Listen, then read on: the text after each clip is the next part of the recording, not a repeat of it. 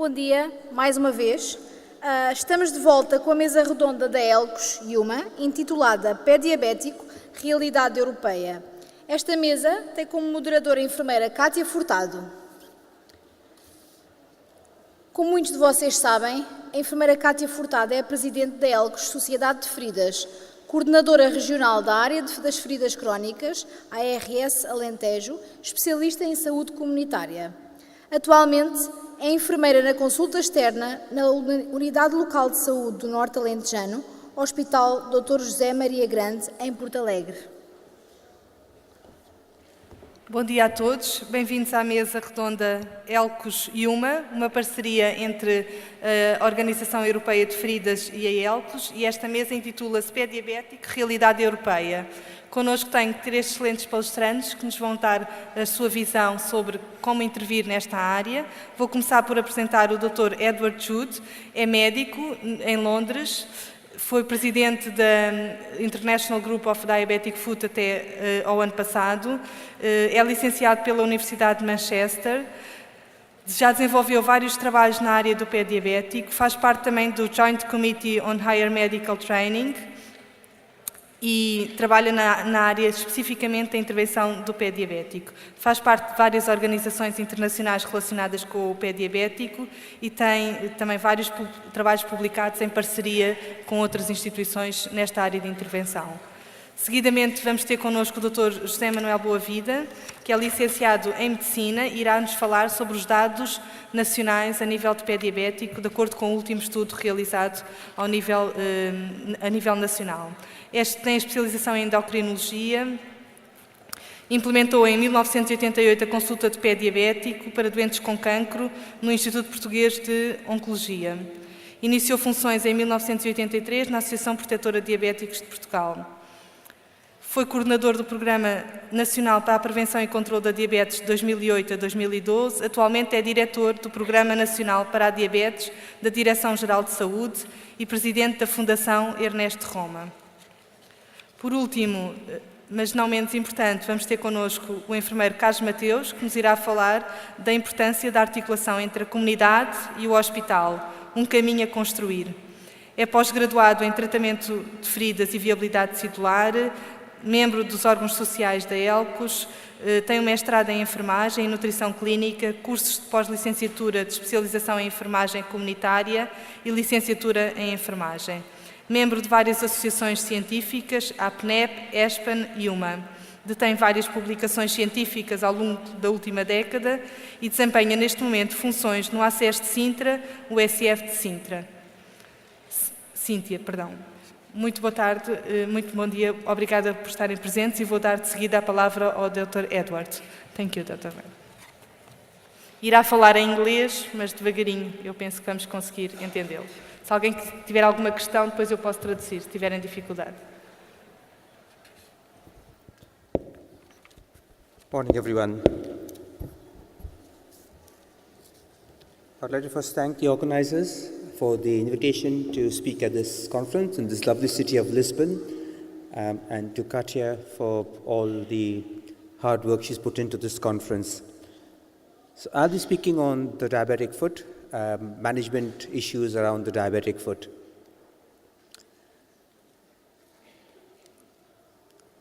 So we know that foot ulcers affect about 15% of patients with diabetes, and up to a quarter of all people with diabetes can have foot problems. If you look at the distribution or the predisposing factors to diabetic foot ulcers, about half of all patients will have purely neuropathic ulcers. About 10% will have purely ischemic ulcers, and about a third will have neuroischemic ulcers. This, however, is changing, at least in the UK, and this is partly because in the UK we've got in every hospital a high-risk foot clinic.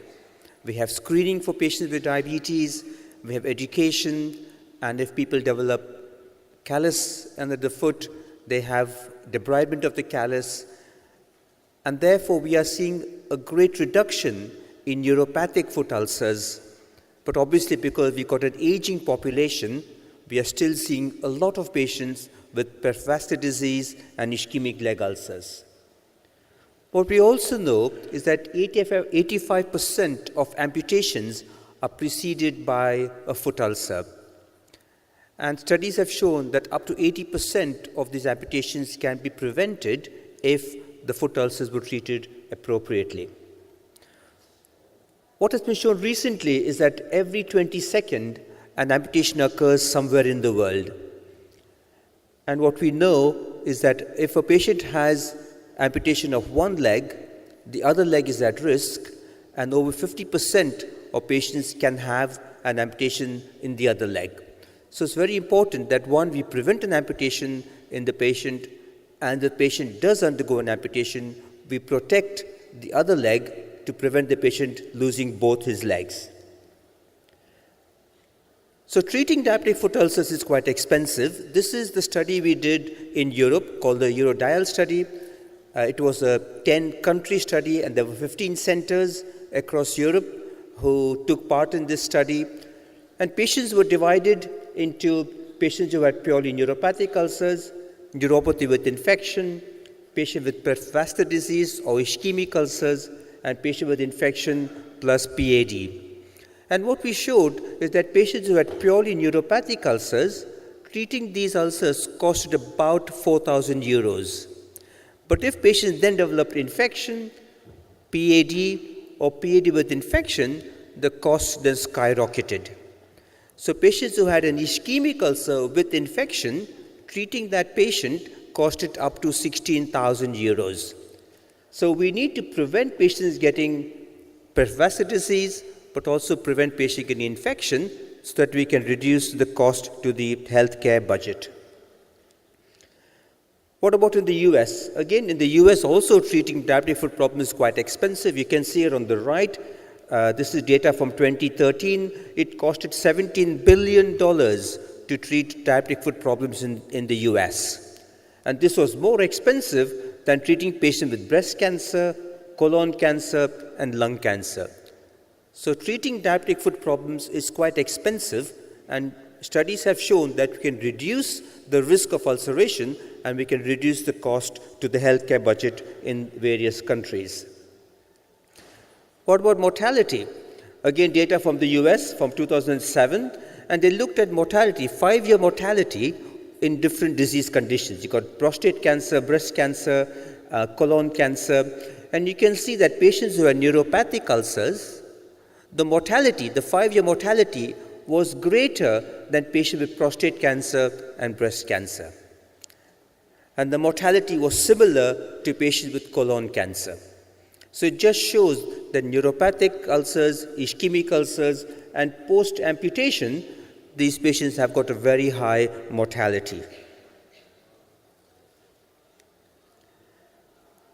So the diabetic foot syndrome comprises of these 5 conditions. You got neuropathy, perivascular disease, deformity, including the Charcot foot, foot ulceration, and amputation.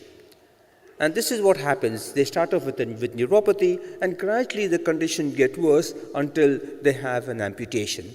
So first of all, we need to prevent patients getting neuropathy, and if we can do that, we can then prevent amputations. So we got to work on the war footing to treat our patients with diabetes to improve their glycemic control so we can prevent foot complications from occurring in these patients. So chronic sensory motor neuropathy is the most common foot complication in people with diabetes. It is the commonest form of neuropathy. It affects up to 50% of the diabetic population. It's of insidious onset. It generally occurs after many years of hyperglycemia. However, in patients with type 2 diabetes, it can occur at or before the diagnosis of type 2 diabetes. And this was shown in the UK PDS study, where 20% of patients with newly diagnosed, in inverted commas, newly diagnosed type 2 diabetes already had microvascular complications. And many of these patients had neuropathy at diagnosis. And this is because these patients had fluctuating hyperglycemia for 5 to 8 years before they were diagnosed with diabetes. So in patients with chronic sensory motor neuropathy, sensory symptoms are prominent. They have tingling, they have numbness. About 20% of patients will have pain as a predominant symptom of the neuropathy. And if they do develop motor symptoms, they occur quite late. And these are usually found on examination, rather patients complaining of weakness in their legs or their feet. So distal symmetric polyneuropathy, patients present with numbness, tingling, pain or weakness, generally in a stocking or glove distribution. It first affects the toes, gradually progresses upwards, and when it reaches about the knee level, it then starts also to affect the fingers. So stocking and glove distribution. It's also shown that patients with neuropathy are at high risk of falling. And if you look at patients coming into hospital, elderly patients, many of these patients have got diabetes, but we don't examine the feet. We don't check, have they got neuropathy? Is that the cause of their falls? So that is something we need to look at when patients come into hospital with diabetes and having fallen at home or in the community. So these here are the risk factors for neuropathy. This is taken from the Europe study, which was done in 23 countries across Europe. And you can see the significant factors that lead to the development of neuropathy is hypertension, smoking, HbA1c or poor glycemic control, change in HbA1c, duration of diabetes, body mass index, triglycerides and cholesterol. Now if you look at these risk factors, you can see that all these risk factors except duration of diabetes are modifiable. They can be treated, we can improve their blood pressure, we can make patients lose weight, they can stop smoking. We can therefore prevent neuropathy if we act at the right time in these patients.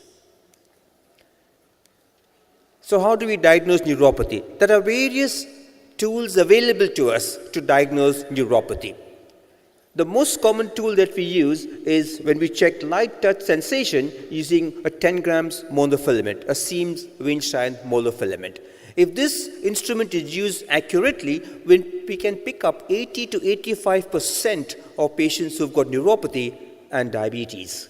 So that is the gold standard now for testing for neuropathy. The other test we can use is vibration perception threshold using a 128 Hertz tuning fork. Not 64 Hertz and not 256. 128 Hertz tuning fork, which is placed on the tip of the toe, and if the patients can't feel it, then they've got neuropathy. Other tests that can be used, ankle reflexes, checking for pain, temperature. So these tests will measure large fiber dysfunction, and pain and temperature will assess small fiber. So if patients can feel touch and vibration, you think they've got neuropathy, check for pain and temperature and see if they've got lack of temperature and pain sensation because of small fiber neuropathy. Other tests we can use, which is not used routinely, this is a neuropath test. It checks for sweating in the legs. And this is a plaster that is blue in color and it then changes to pink. So if the plaster color does not change to pink, the patient has got pseudomotor dysfunction, autonomic neuropathy, and therefore has got diabetic neuropathy.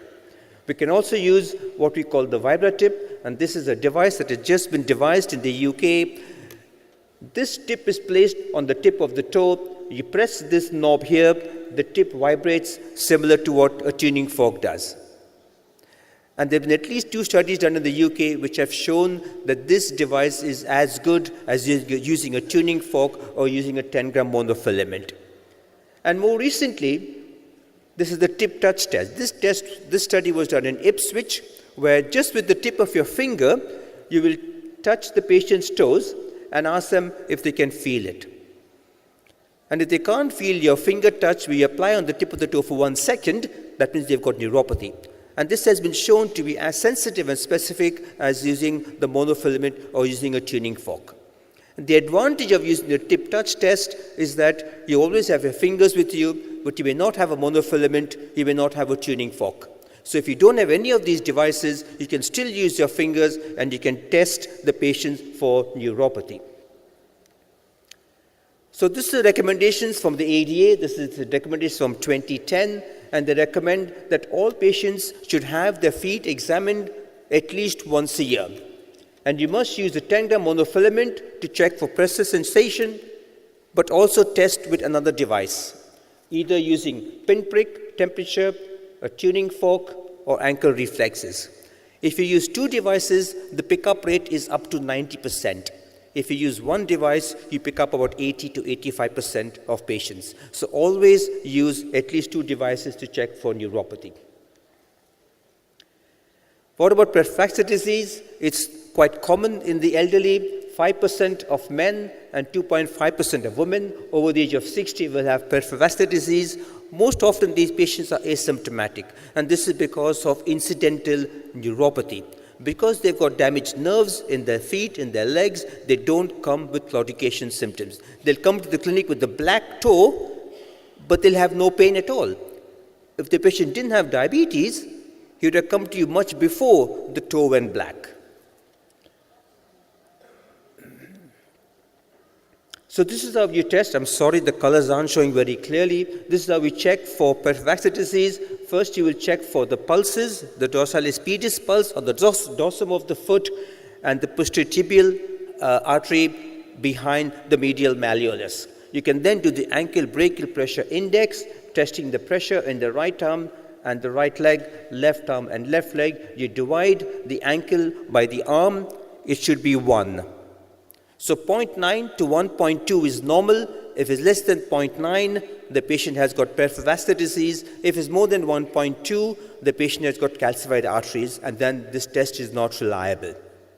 But the ankle brachial index is an easy bedside test to do, and again, something that you must do in all our patients in whom you can't feel pulses.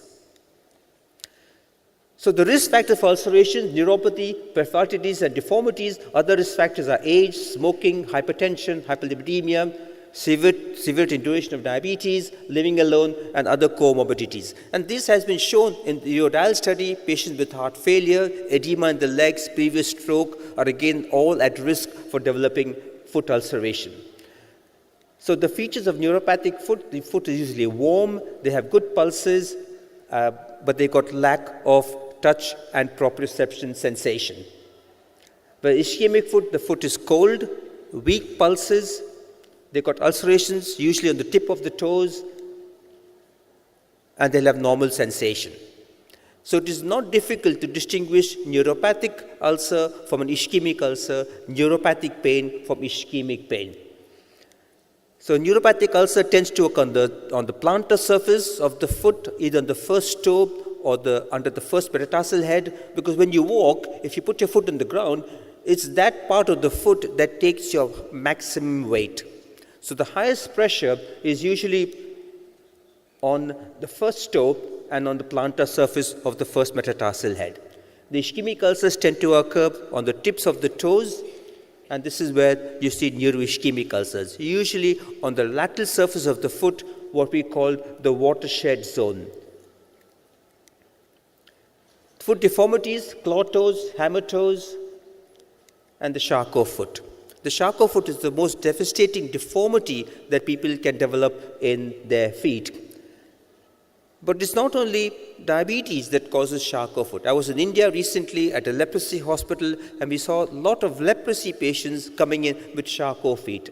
Other causes such as alcoholism, we've just published a paper, 2 patients who were alcoholic, didn't have diabetes, presented to the foot clinic with Charcot feet. So the hallmarks on X-ray are bone fragmentation, bone remodeling, joint destruction, subluxation, and dislocation. So the changes are very subtle initially. If the patient continues to walk on an inflamed foot that has got the Charcot process ongoing, they can then develop quite severe foot deformities. So we need to pick up these patients early, put them into a cast, maybe even give them crutches or put them to bed for a few weeks until the foot inflammation settles down, so we can prevent patients developing this severe foot deformity. And this is what we call is a rocker bottom deformity. What about foot infections? Again, coming back to the Eduard study, you can see from this study that over half of the patients who presented with a new foot ulcer already had infection in their feet. So infection is very common in people with diabetes. And when people get infection, it then sends the blood sugars through the roof, and these patients then tend to become very ill and very poorly. So how do we detect infection? We look at the 5 cardinal signs of infection: redness, warmth, swelling, induration, pain, and tenderness. Although these patients have got neuropathy, when they develop infection in the ulcer, patients then start to develop pain. So pain in an ischemic, in a neuropathic foot, always think of underlying infection. So this is a patient who came to our clinic. As you can see, he's got quite severe cellulitis, and you're treating for infection, but there has to be a source for the infection to enter into the skin. And maybe you can't see it from behind, but he had a very small ischemic ulcer on the tip of his toe. So always, when the patient comes to you with cellulitis, always look for source of infection. Usually it's a very small ulcer, or it's an ulcer between the toes, which people tend not to look for. And this is a patient who came to hospital. He had a fracture in his other leg, and then he developed a heel ulcer. And this is something what we call a never event. This should never happen to patients coming into hospital. This happened on the orthopedic ward, and they didn't take care of his heels, and this patient then developed a heel ulcer and osteomyelitis in his calcaneus. So the infection can range from minimal superficial infection to quite severe infection. Mild infection, usually gram-positive, usually Staph aureus, sometimes streptococci. If they've got severe infection, it's then multimicrobial. It can be gram-positive, gram-negative, and also anaerobic infections. So a patient comes to you with a foot ulcer. This patient had an ulcer for 6 weeks. What do you do to this patient? As you can see, the ulcer does not appear to be infected. The ulcer is quite superficial. But when we took an X-ray, you can see he's now got osteomyelitis in his toe. So anybody who's got an ulcer that is there for more than 4 weeks, or the ulcer is probing to bone, always think of underlying osteomyelitis. So probe the ulcer. If it's probing to bone, then there's an 86% chance that this patient has got underlying osteomyelitis. So this paper was published 20 years ago, and we still use the data because it is very, very strong data. So if the ulcer is probing to bone, there's a very high chance that this patient has got underlying osteomyelitis. So you start treatment straight away, get X-rays and other investigations that may be necessary. So looking at the investigations to pick up osteomyelitis, an X-ray can be done within half an hour, so we tend to do an X-ray immediately, but an X-ray has got a very low sensitivity and very low specificity. So you need to do another investigation, either an MRI scan or a bone scan. Nowadays we're going more for MRI scans because it has got a very high sensitivity, very high specificity, plus we got state-of-the-art MR scans now in the UK. We also got radiologists who are well trained to read MR scans in the feet. It is difficult to read these scans because the bones are so small. If you don't have a radiologist who can't read MR scans, then I would recommend using an indium labeled white cell scan, because these are more sensitive than using just a bisphosphonate technetium labeled bone scan. So when somebody's got infection, we need to grade the infection. We can use either the PDIS classification, which stands for perfusion, extension, extent or size of the wound, depth or amount of tissue loss, infection, and lack of sensation. Or you can use the IDSA, which is the Infectious Diseases Society of America classification system, and we tend to use this system because it's slightly more user-friendly. So if somebody has got mild erythema, less than 2 centimeters extension from the ulcer, you would class this patient as having mild infection. If it is more than 2 centimeters, the patient has got moderate to severe infection. And severe infection, if the patient is toxic, if the patient has got septicemia, if the patient has got hyperglycemia, then you would class this patient as having severe infection. So how do we treat these patients? First, how do we treat neuropathy? Remember that once a patient has developed neuropathy, you can't turn the clock back. You cannot reverse neuropathy. So the best thing is to prevent these patients from getting neuropathy by achieving good glycemic control from diagnosis. There have been lots of studies been done looking at disease-modifying treatments, and all these agents or class of agents have been trialed and they've all come back negative. None of these drugs are licensed by the FDA to be used for patients with neuropathy. So we then come to what we call symptom-modifying treatment. These patients got severe pain in their legs. What do? You can use antidepressants or you can use anticonvulsants. In the antidepressants, you've got the tricyclics, you've got the SSRIs and the SNRIs. So that is serotonin selective reuptake inhibitors, and this is serotonin non-epinephrine reuptake inhibitors. And the TCAs are tricyclic antidepressants. So these three agents have been trialed in the last 20 years or so. And in the TCAs, you've got amitriptyline or imipramine that is being used.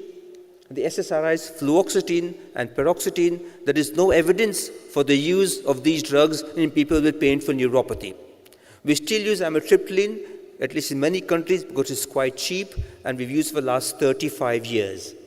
But the drugs that are licensed and that have got FDA approval are duloxetine, and then you've got the anticonvulsants, gabapentin and pregabalin.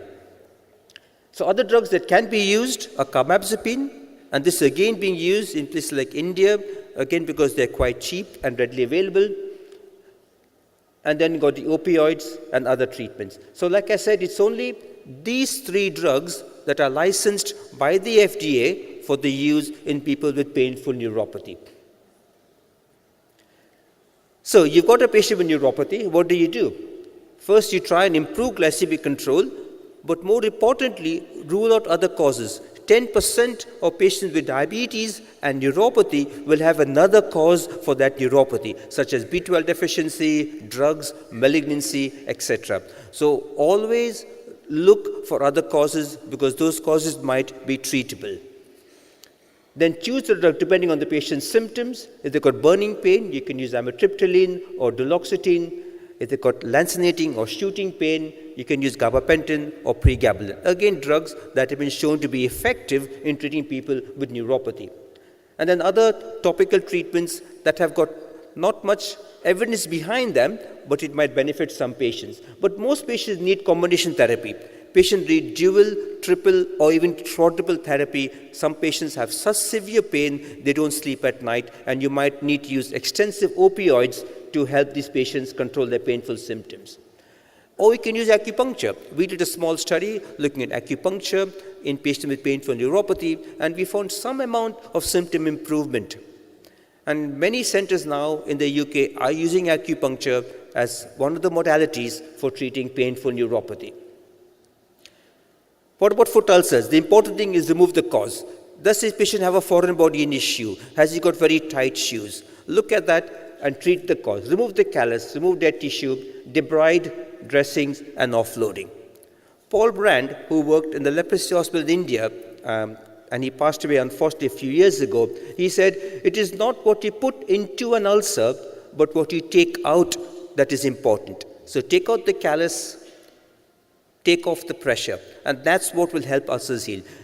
Neuropathic ulcers, if you treat them appropriately with debridement and offloading, 90 to 95% of those ulcers will heal within 12 to 16 weeks. So extensive debridement is very important. You take off the callus. Sometimes you do what we call ulcerectomy, where you take out the whole ulcer and you convert a chronic wound into an acute wound. And different modalities of offloading, you can use total contact casting. This is the gold standard. You can use air cast. We tend to use slipper cast or the half shoe. And there are different modalities you can use. The important thing is to use a device that you are familiar with, something that you know will work and that you can help your patients and tell them how to use those devices. So treating infection, mild infection can be done on an outpatient setting. If the patient has moderate to severe infection, then these patients need to come into hospital for more intensive therapy. So when you admit to hospital, one, if the infection is limb or life-threatening, if there's metabolic instability, if the patient has got hyperglycemia, severe hyperglycemia, ketoacidosis, hyperosmolar state, all these conditions can be life-threatening. So if there's severe metabolic instability or renal failure, then these patients need to come into hospital. If they're non-compliant, if they need parenteral treatment, for example, the sensitivity pattern shows that this patient can only be treated with intravenous antibiotics, then again, they might need to come into hospital. And of course, if they require surgery.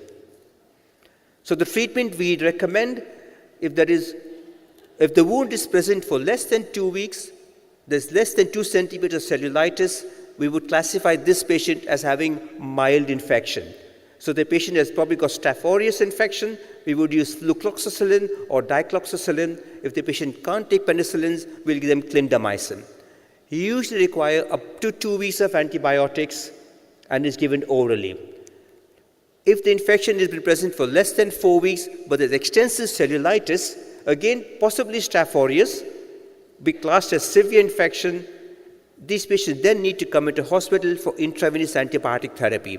We would use intravenous flucloxacillin.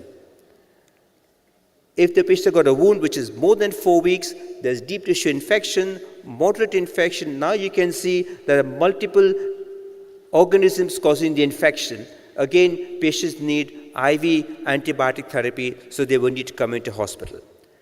We would give antibiotics for 2 to 3 weeks. If there's osteomyelitis, up to 12 weeks of antibiotics. But now if the patient got a wound which is there more than 4 weeks, he's now septic, there's bacteremia, he appears quite toxic, he's got severe infection, possible multiple organisms causing infection, including gram-negative and anaerobic infections. Again, this patient needs to be admitted for IV antibiotics. And now you would tend to use more broad-spectrum, 3rd or 4th generation cephalosporin antibiotics to treat this patient.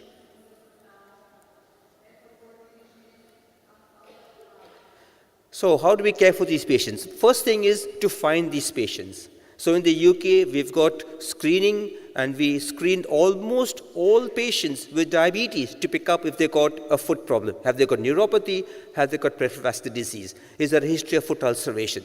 Depending on the severity of the foot problem, they'll be then given a risk category, 0, 1, 2, and 3. And depending on the risk category, we would then ask these patients to come to clinic either once a year, if they got no risk at all, every 6 months, every 3 months, or 2 monthly if they got an ongoing foot ulcer in the past. They should have regular foot examination, and this is done by the patients themselves on a daily basis, education, and of course they require long-term follow-up. Once a patient has got a foot problem, we always see these patients every few months in the clinic. There's some do's and don'ts. There's no time, so I'm going to go through this slide very quickly. Okay, and we tell these patients what they must and what they must not do so we can prevent them getting foot problems. So these are all the patients who will look after the patient, all the healthcare professionals who look after the patient. Okay, but the most important person is the person in the center, because if the patient does not adhere to your advice, does not take his antibiotic, does not wear his offloading, then we won't get ulcer healed and he can have an amputation. So in summary, foot problems in people with diabetes is quite common. The triad of ischemia, neuropathy, and infection are those at the highest risk for these patients to develop an amputation. Both the patient and the physician will play an important role in foot management. And both these people need to be trained. You've got to train not only the patient, we've also got to train the healthcare professionals. So I'll end now with this saying from John Lindsay, who's a philosopher from Ireland. He said, "For one mistake made for not knowing, 10 mistakes are made for not looking." If you don't look at the feet, you won't pick up a problem. You will not prevent that patient from having an amputation. And this is what Nelson Mandela said in 2002. He said, "What counts in life is not the mere fact that we have lived. It is what difference we have made to the lives of others that will determine the significance of the life we lead." And we as healthcare professionals looking after people with diabetes, we can make a difference if we prevent people getting an amputation. Thank you.